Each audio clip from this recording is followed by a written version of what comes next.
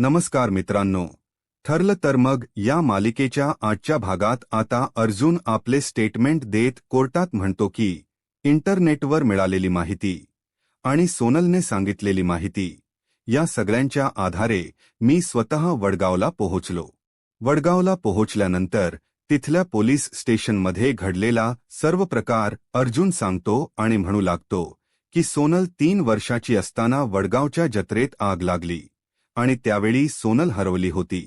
म्हणूनच तिच्या आईवडिलांनी पोलीस स्टेशनला तशी FIR ही केली होती.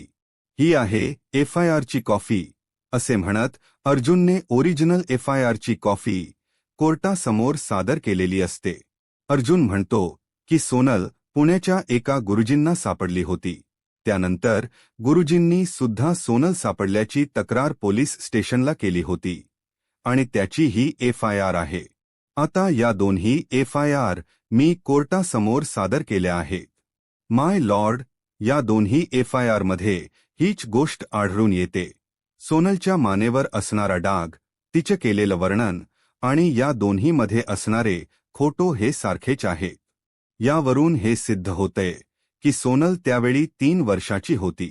मी ज्यावेळी वडगावला पोहोचलो त्यावेळी पोलीस स्टेशनमध्ये FIR तर आम्हाला मिळाली, पण त्यानंतर सोनलच्या आईवडिलांचा शोध घेण्यासाठी मी आणि इन्स्पेक्टर साहेब सोनलच्या घरी पोहोचलो. परंतु तिथे गेल्यावर कळालं की ते तिथे राहतच नाहीत. गेली कित्येक वर्ष तिथे कोणीही राहत नव्हतं. पण त्यावेळी आम्हाला एक माणूस सापडला आणि त्या माणसाने आम्हाला काय सांगितलं असं म्हणत अर्जुन तो घडलेला प्रसंग कोर्टात सांगू लागतो. अर्जुनने त्याला विचारलेलं असतं की इथे जे राहतात त्यांच्याबद्दल तुम्हाला काही माहीत आहे का? तर त्यावेळी ते म्हणाले की नाही, गेली कित्येक वर्ष इथे कोणीच राहत नाहीये आणि आमचा काहीच संपर्क नाहीये. परंतु अर्जुन म्हणतो की तुम्हाला काहीतरी माहीत असेलच ना, काहीच पत्ते सापडणार नाही वगैरे. असं कसं असेल, कोणाला तरी नक्कीच माहीत असेल. तर त्यावेळी ती व्यक्ती अर्जुनला म्हणते माझी बायको आणि अर्चनाची आई सुषमा या दोघी चांगल्या मैत्रिणी होत्या, परंतु मला नाही वाटत की आता त्या दोघींचा कॉन्टॅक्ट असेल. अर्जुन म्हणतो तुम्हाला वाटत नाही म्हणजे कदाचित असू शकतो ना, तुम्ही एकदा विचारता का? तर ते आपल्या बायकोला आवाज देतात. त्या येताच अर्जुन त्यांना म्हणतो इथे ज्या राहायच्या त्या तुमच्या मैत्रीण होत्या ना, मग आता तुमचं काही कॉन्टॅक्ट आहे का? त्यांना आता काय बोलावं काहीच कळत नाही. तर ते दादा आपल्या बायकोला म्हणतात घाबरू नकोस, पोलीस आहे, त्यामुळे तुला जी काही माहिती असेल ती तू अगदी प्रामाणिकपणे दे. त्यावेळी त्या ताई म्हणतात सुषमामध्ये आणि माझ्यामध्ये खूप चांगली मैत्री होती, परंतु गेले कित्येक वर्ष सुषमा आणि भाऊजी इथे राहतच नाहीत. ते कुठे राहायला गेलेत हे मलाही माहीत नाही. तिचा आणि माझा काहीच संपर्क झाला नाही. तिने मला इथून गेल्यानंतर फोन सुद्धा केला नाही. मी तिला स्वतः फोन करण्याचा प्रयत्न सुद्धा केला, पण तिचा फोन मात्र बंदच होता. अर्जुन त्या ताईंना विचारतो तुम्ही त्यांच्या लहान मुलीला ओळखता का? तर त्या ताई म्हणतात हो ना, अगदी अंगाखांद्यावर मी तिला खेळवलं आहे. लहानपणी ती माझ्याकडे खूप वेळा असायची. अगदी जन्मापासून मी तिला ओळखते. आता अर्जुन विचारतो म्हणजे तिचा जन्म इथे झाला या गावामध्ये? तर त्या ताई म्हणतात नाही, बाजूला एक मांजरगाव आहे ना, त्या सरकारी हॉस्पिटलमध्ये तिचा जन्म झाला. त्या ताई जुनी आठवण सांगत म्हणतात की मला अजूनही आठवतंय, भाऊजी पुण्यासाठी काहीतरी कामानिमित्त गेले होते आणि अचानकच सुषमाला कळा सुरू झाल्या. मला माहीत होतं की सुषमाचं नाव हे बाजूच्याच मांजरगावच्या सरकारी हॉस्पिटलमध्ये नोंदवलं आहे आणि म्हणून मी स्वतः तिला तिथे घेऊन गेले आणि तिथेच अर्चनाचा जन्म झाला. त्यावेळी अर्जुन इन्स्पेक्टर साहेबांना म्हणतो की इन्स्पेक्टर साहेब, म्हणजे आपल्या नक्कीच मांजरगावच्या सरकारी हॉस्पिटलमध्ये तिच्या जन्माचा दाखला मिळू शकतो आणि सोनलची खरी ओळखही आपल्याला तेथेच मिळू शकते. तर त्या ताई त्यावेळी म्हणतात की कोण सोनल? मी तर अर्चनाबद्दल बोलते. अर्जुन म्हणतो हो, तुमची अर्चना म्हणजेच आमची सोनल. असं म्हणत अर्जुनने कोर्टात घडलेला सगळा प्रसंग सांगत कोर्टासमोर एक पुरावे सादर केलेले असतात. अर्जुन पुढे म्हणतो, त्यानंतर मी आणि इन्स्पेक्टर खरात साहेब मांजरगावच्या सरकारी हॉस्पिटलमध्ये गेलो.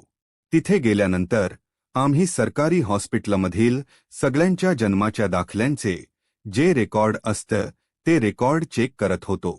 खूप तास रेकॉर्ड रूममध्ये काम केल्यानंतर शेवटी आमच्या प्रयत्नांना यश मिळालं आणि सोनलच्या जन्माचा दाखला सापडला. अर्जुन बर्थ सर्टिफिकेट कोर्टासमोर सादर करतो आणि म्हणतो, माय लॉर्ड, हे आहे सोनलचं बर्थ सर्टिफिकेट आणि यावर क्लिअरली लिहिलेलं आहे. तिची जन्मतारीख आहे 2 मे 2005. कोर्ट ते सगळे पुरावे चेक करून पाहतं तर त्यावेळी अर्जुन म्हणतो, म्हणजे ज्या वर्षी वडगावच्या जत्रेत आग लागली ती तारीख होती 2 मे 2008 आणि म्हणूनच कोर्टासमोर ही गोष्ट सिद्ध होते की सोनल त्यावर्षी 3 वर्षाची होती आणि आता 2026 असल्याने तिचं वय 21 वर्ष आहे. अर्जुन पुढे म्हणतो, याने ही गोष्ट सिद्ध होते की सोनल अल्पवयीन नाही. तसेच माझे साक्षीदार सायली सुभेदार यांच्यावर लागलेला पॉक्सो हा या सगळ्या गोष्टींनंतर लागू होत नाही. यावरून हे सिद्ध होतंय की सायली सुभेदार यांनी अल्पवयीन मुलींची तस्करी केलीच नाही आणि त्यांच्यावर लागलेला पॉक्सो हा चुकीचा आहे. म्हणूनच माननीय कोर्टाला मी विनंती करतो की माझे क्लायंट सायली सुभेदार यांना त्यांची आताची परिस्थिती जाणून घेता त्यांचा जामीन मंजूर करण्यात यावा. त्यांची बेलवर सुटका व्हावी. त्या 6 महिन्यांच्या प्रेग्नंट आहे, त्यामुळे कोर्टाने विचार करावा, असं म्हणत अर्जुनने आपलं स्टेटमेंट संपवलेलं असतं. त्यानंतर जज साहेब ॲडव्होकेट शेंडे यांना विचारतात, ॲडव्होकेट शेंडे, तुम्हाला काही बोलायचं आहे का? त्यावेळी ॲडव्होकेट शेंडे होकार देतात. आता ॲडव्होकेट शेंडे आपलं स्टेटमेंट देत म्हणतात, माय लॉर्ड, मला कोर्टाला या गोष्टीची जाणीव करून द्यायची आहे की सोनल अल्पवयीन नाहीये. हे जरी कोर्टात ॲडव्होकेट अर्जुन सुभेदार यांनी सिद्ध केलं असलं तरी सुद्धा सायली सुभेदार यांनी लहान मुलांची तस्करी केलेली आहे ही गोष्ट मात्र तितकीच खरी आहे. हा सुद्धा एक अत्यंत आणि गंभीर गुन्हा आहे. सुरेशच्या स्टेटमेंटनुसार मानसी नावाची मुलगी आहे. ती जरी सापडली नसली तरी सुद्धा ती अल्पवयीनच आहे. त्यामुळे पॉक्सोचा कायदा यामुळे बेल मिळण्याचा प्रश्नच येत नाही, माय लॉर्ड.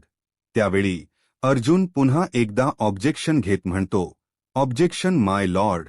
आता मानसी ही अल्पवयीन नाही असा कोणताही पुरावा पोलिसांजवळ नाहीये.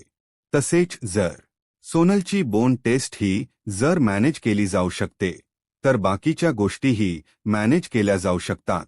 हे कशावरून कोर्टामध्ये आपण सिद्ध करू शकतो. आणि ज्या मुली अजून सापडल्याच नाहीत त्या सगळ्या बेसवर सायली सुभेदार यांना जेलमध्ये ठेवणं ही गोष्टच चुकीची आहे, माय लॉर्ड. शिवाय कोर्टाला हेही माहीत आहे की माझ्या क्लायंटचा कोणताही क्रिमिनल रेकॉर्ड नाही. त्यामुळे माझा क्लायंट पळून जाण्याचा किंवा पोलिसांच्या कामात विघ्न आणण्याचा प्रश्नच येत नाही. माझ्या क्लायंटचं घर हे पनवेलमध्येच आहे. पनवेलमध्येच त्या राहतात, त्यामुळे कोर्टाने त्यांना बेल द्यायला काहीच हरकत नाही.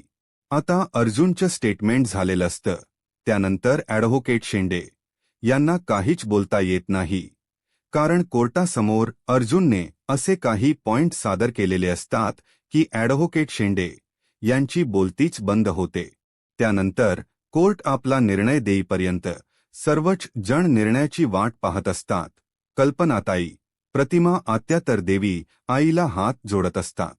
सगळे पुरावे पाहता जज साहेब आपला निकाल देत म्हणतात, सर्व साक्षी पुरावे पाहता कोर्ट या निर्णयापर्यंत येऊन पोहोचला आहे की सायली सुभेदार यांच्यावर पॉक्सो लागला आहे.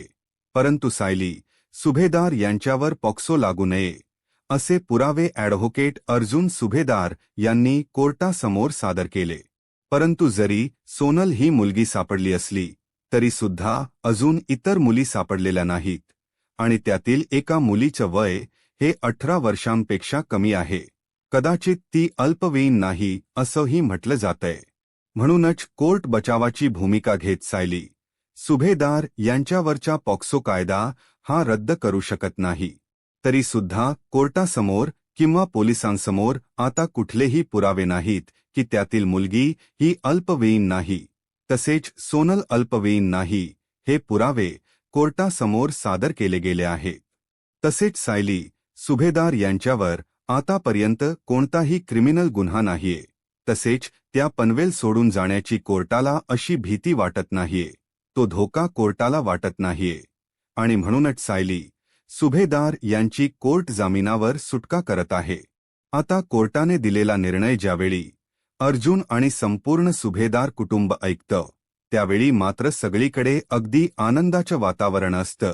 सगळेच जण खूप खुश असतात, कारण सायलीची जरी सुटका झाली नसली तरी सुद्धा तिची जामिनावर सुटका होत ती आता घरी येणार, हे सगळ्यांसाठी खूप काही असतं.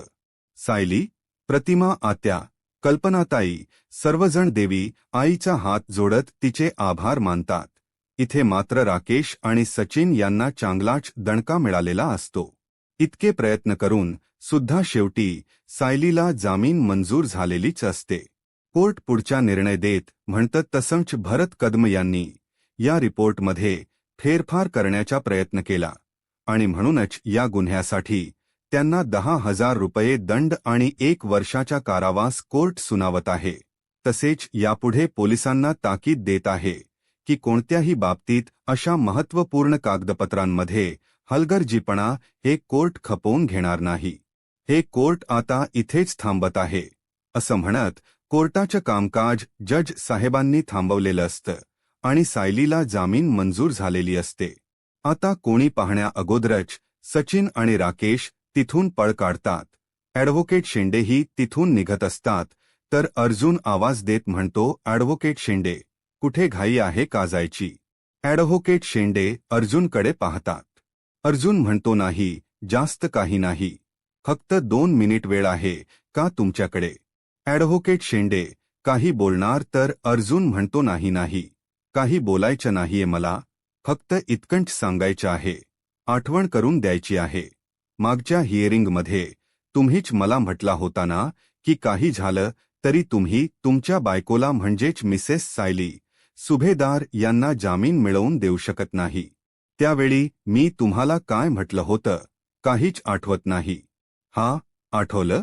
मी तुम्हाला चॅलेंज केलं होतं ना की पुढच्या हिअरिंगमध्ये मी माझ्या बायकोला जामिनावर सोडून घरी घेऊन जाईन. आता मात्र ॲडव्होकेट शेंडे यांची बोलतीच बंद झालेली असते. अर्जुन ॲडव्होकेट शेंडे यांना एका गोष्टीची जाणीव करून देत म्हणतो, ॲडव्होकेट शेंडे, एक गोष्ट कायम लक्षात ठेवा, ॲडव्होकेट अर्जुन सुभेदार यांनी जर चॅलेंज केलं तर जिंकणार कोण हा प्रश्नच येत नाही. ॲडव्होकेट शेंडे अर्जुनला म्हणतात, ॲडव्होकेट अर्जुन सुभेदार, आता फक्त तुमच्या बायकोला जामीन मिळाला आहे आणि जामिनावर तिची सुटका झाली आहे, परंतु तिच्यावरचे आरोप अजूनही हटलेले नाहीत आणि म्हणूनच या गोष्टीची जाणीव करून देतो की अजूनही या केससाठी तुम्हाला फार मोठा डोंगर चढायचा आहे. आता मात्र अर्जुन ॲडव्होकेट शेंडे यांना प्रत्युत्तर देत म्हणतो की माझ्या बायकोसाठी कुठलाही डोंगर चढायला मी तयार आहे. माझं पुढचं चॅलेंज ऐकून घ्या. पुढच्या हिअरिंगमध्येच मी माझ्या बायकोला निर्दोष मुक्त करेन. अख्ख्या जगाला कळेल की माझी बायको निर्दोष आहे. या केसमध्ये तिला अडकवलं गेलं आहे. घ्या हे चॅलेंज एक्सेप्ट करा, असं म्हणत अर्जुन ॲडव्होकेट शेंडे यांच्या पुढे हात पुढे करतो. परंतु ॲडव्होकेट शेंडे अर्जुनला काहीही न बोलता त्यांचं चॅलेंज एक्सेप्ट न करता तिथून निघून जातात. कोर्टात असं काही अर्जुनने काम केलेलं असतं की सगळ्यांचेच धाबे दणाणलेले असतात, सगळ्यांचीच बोलती बंद झालेली असते आणि सगळ्यांनाच पळता भुई थोडी केलेली असते. सायलीला जामीन मिळाल्यामुळे सगळे जण खूप खुश असतात, तर प्रतापराव सायलीचं अभिनंदन करत म्हणतात, अभिनंदन सायली.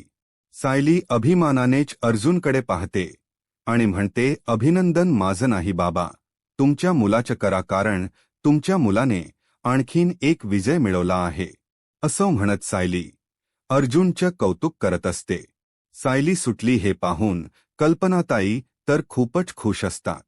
दुसरीकडे मीडियाने आता कोर्टासमोर आपलं बातमीपत्र सादर करत म्हटलेलं असतं की आत्ताच आलेल्या माहितीनुसार वात्सल्य आश्रमातील मुलांच्या तस्करीला एक वेगळंच वळण मिळालेलं आहे. आतापर्यंत मिळालेली माहिती आणि आता कोर्टात घडलेला तो प्रसंग या सगळ्याच गोष्टींमुळे ॲडव्होकेट अर्जुन सुभेदार यांनी आताच कोर्टासमोर सिद्ध केलं आहे की पोलिसांच्या ताब्यात असणारी ही मुलगी अल्पवयीन नाही आणि त्यामुळेच सायली सुभेदार यांची जामिनावर सुटका झालेली आहे. त्यामुळे लवकरच आम्ही त्यांच्याशी संपर्क साधण्याचा प्रयत्न करू. आता संपूर्ण मीडियाची टीम सायली अर्जुनची वाट पाहत असतात. त्याच वेळी सायली अर्जुन त्या ठिकाणी येतात. सायली अर्जुन येताच मीडियाची राकेशच्या बिंडोकपणाचं काय आणि ती प्रिया ती सुद्धा होतीच ना या सगळ्यामध्ये, तिला पण बोला. दुसरीकडे प्रिया राकेशवर अशी काही चिडलेली असते. राकेशची कॉलर पकडते आणि त्याला ज्या विचारत म्हणते, काय म्हणालास? माझी पण चूक झाली. काय चुकलं माझं? सांग ना, काय चुकलं माझं? आता मात्र राकेश सुद्धा चिडतो आणि प्रियाचा हात बाजूला करत म्हणतो, सोड, उगाच तू मला त्रास देऊ नकोस. तूच म्हणाली होतीस ना की अर्जुनला ख्या गोष्टी कळायला हव्यात, वडगावच्या गोष्टी या ख्या वाटायला हव्यात. तो इन्स्पेक्टर आणि तो सुरेश या दोघांचं सत्य कळायला हवं, असं तूच म्हणाली होतीस ना.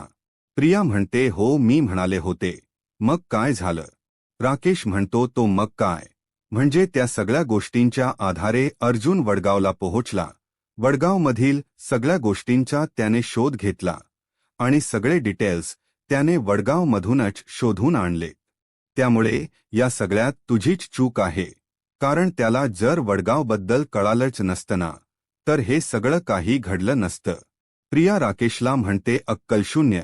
तो अक्कलशून्यच राहणार तो. अरे तुला कळतंय का?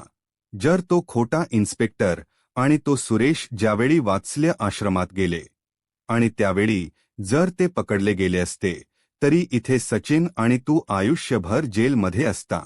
इकडे महिप्त शिखरेंना पुढच्या गोष्टींचा अंदाज बरोबर लागत असतो. महिप्त शिखरे म्हणतात, राख राख होणार, सगळ्याची राख होणार आणि त्या राखेत महिप्त शिखरेच्या जळून भस्म होणार, त्याची अगोदर राख होणार. पण दीक्षित, एक गोष्ट लक्षात ठेव, मी असं काही होऊ देणार नाही. आता सचिन सुद्धा घाबरलेला असतो पण महिप्त शिखरेंना धीर देत म्हणतो, असं काही होणार नाहीये अण्णा. अण्णा, ही फक्त एक छोटीशी घडलेली गोष्ट आहे, आपल्याकडून झालेली चूक आहे. परंतु या सगळ्यातून सायली अजूनही सुटलेली नाही. अजूनही जर आपण आपली एक चाल खेळली तर त्या सायलीला धडा शिकवू शकतो.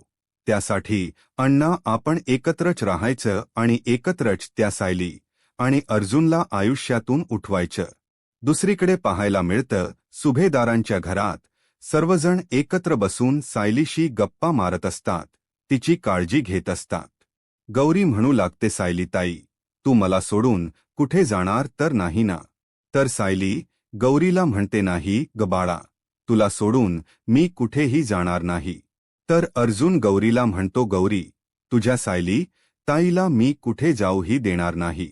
कल्पनाताई म्हणतात, आत्ता कुठे घराला घरपण आलं आहे. सायली, तू नव्हतीस ना तर घराला काहीच सडत नव्हतं. प्रतिमा आत्या म्हणतात, हा काळ सायली तुझ्यासाठी किती कठीण असेल नाग. बघ ना, तू कशी कोमेजून गेलीयस आणि अशक्त सुद्धा झालीयस. तू तिथे नीट जेवतही नसशील ना? तर सायली म्हणते, आई, अगं मी फक्त तिथे 2च दिवस होते, मग कशी अशक्त होईल? प्रतिमा आत्या सायलीला म्हणतात, सायली, ही आईची नजर आहे आणि आईची नजर कशी असते हे काही महिन्यांतच तुलाही कळेल. कल्पनाताई म्हणतात, सायली, खरंच तू खूप कोमेजून गेली आहेस आणि तुझा चेहरा खरंच पाहवत नाहीये. त्यामुळे सायली, आता तू फक्त आराम करायचा आहे, घरच्या कोणत्याही कामांना हात लावायचा नाही. प्रतापराव म्हणतात, सायली, आता काही तुझं खरं नाही. या दोघी तुला काही काम करू देणार नाहीत, तुला फक्त सक्तीचा आराम असेल. चैतन्य सायलीची मस्करी करत म्हणतो, हो सायली वहिनी, आता घरातील प्रत्येक जण फक्त तुझी काळजी घेणार आहे. सगळ्यांना तुझी काळजी आहे. आता आमच्याकडे कोणी लक्ष देणारच नाही. अगोदरच आमच्याकडे कोणी लक्ष देत नव्हतं, भाव देत नव्हतं आणि आता आम्ही चक्कर येऊन पडलो तरी आम्हाला कोण विचारणार नाही. हो की नाही अश्विन? अश्विन म्हणतो हो, हे मात्र अगदी खरं आहे. चैतन्य म्हणतो पण सायली वहिनी, तिला साधी उचकी लागली ना, तर 10 जण पाणी घेऊन पुढे जातील. अश्विन म्हणतो, आणि त्या 10 जणांना बाजूला करून दादा पहिला पुढे असेल. आता सर्वांनाच हसू येत असतं. चैतन्य आणि अश्विन खूप मस्करी करत असतात आणि पुन्हा एकदा घरात अगदी आनंदाचं वातावरण असतं. अस्मिता म्हणू लागते, चला आता अर्जुन आपल्याला घरात दिसेल, नाहीतर इतके दिवस अर्जुन घरी दिसलाच नाही. अस्मिताच्या या बोलण्यावर सायली म्हणते, अगं माझ्यासाठीच ते पुरावे शोधत होते. अस्मिता म्हणते हो सायली, माहिती आहे आम्हाला, गंमत केली. सायली म्हणते, पण खरंच एक गोष्ट मात्र माझ्यासाठी अभिमानाची आहे. या कठीण काळात तुम्ही सगळ्यांनीच माझ्या पाठीशी खंबीरपणे उभे राहून जी काही मला साथ दिली, त्याने तर मला अजून बळ आलं आणि म्हणूनच तर या बळाच्या आधारावरच मी घरी परत येऊ शकले. तुम्हा सगळ्यांचा सपोर्ट होता, तुम्हा सगळ्यांचे आशीर्वाद होते, म्हणूनच तर मला बळ मिळालं आणि मी सुखरूप घरी येऊ शकले. दुसरीकडे पाहायला मिळतं राकेश प्रियाला म्हणतो, हे बघ प्रिया, जे झालं ते झालं. आता पुढे काय करायचं याचा विचार कर. प्रिया म्हणते, तू विचार कर, आणि तुझ्यासोबत बसून मी विचार करावा इतकी तुझी लायकी नाहीये. असं म्हणत प्रिया राकेशची लायकी काढत असते. राकेश प्रियाला म्हणतो, प्रिया, तू काही म्हण तेवढं बोल, परंतु आपण भांडून चालणार नाही. आपल्यातली एकी हीच तर आपली खरी ताकद आहे. प्रिया राकेशला म्हणते, कधी नव्हे, ते अगदी बरोबर बोललायस. आता आपल्यात खूट पडून चालणार नाही, आपल्यात भांडण होऊन चालणार नाहीत. आता आपण 5 नाही तर 6 जण आहोत. आपण सगळ्यांनी एकत्र आलो तर सायली अर्जुनची आयुष्यभर वाट लावून त्यांच्या आयुष्याची राखरांगोळी करू शकतो. येणाऱ्या पुढील भागामध्ये आपल्याला पाहायला मिळतं सायली अर्जुनला म्हणते की मला सतत भीती वाटते, अजूनही मुली सापडल्या नाहीत. त्या कुठे आहेत हेही आपल्याला माहीत नाहीये. त्यामुळे त्यांना लवकरात लवकर शोधून काढल्याशिवाय मला चैन पडणार नाही. दुसरीकडे सचिनने सोनीला फोन केलेला असतो आणि म्हणू लागतो, सोनी, आपल्याला अजून आता या सगळ्यात काळजी घ्यावी लागेल. सोनी सचिनला म्हणतो, मी तुला काही नवीन कॉन्टॅक्ट देईन, तू आता त्यांच्याशी संपर्क साध. आपल्याला लवकरात लवकर मुलींना इथून हलवावं लागेल. सायली अर्जुनने सगळे पॉइंट अगदी व्यवस्थित लिहून घेतलेले असतात, तर सायली म्हणते, आता ह्या सगळ्याचा विचार करता जे पॉइंट आपण लिहिलेत त्यावरून एक गोष्ट मात्र कळते की ज्या व्यक्तीने हे सगळं काही घडवून आणलं तिच्या अगोदरपासूनच माझ्यावर बारीक लक्ष होतं. आता इथे श्वेता बाहेर उभी राहून हे सगळं काही ऐकत असते, परंतु आता सायली अर्जुनला कळेल का या सगळ्यामागे श्वेताचाच हात आहे. आता हे सत्य सायली अर्जुन कशा प्रकारे शोधून काढता येईल, आता पुढे काय होईल हे पाहायला आत्ताच माझा महाराष्ट्र या यूट्यूब चॅनलला सबस्क्राईब करा. धन्यवाद.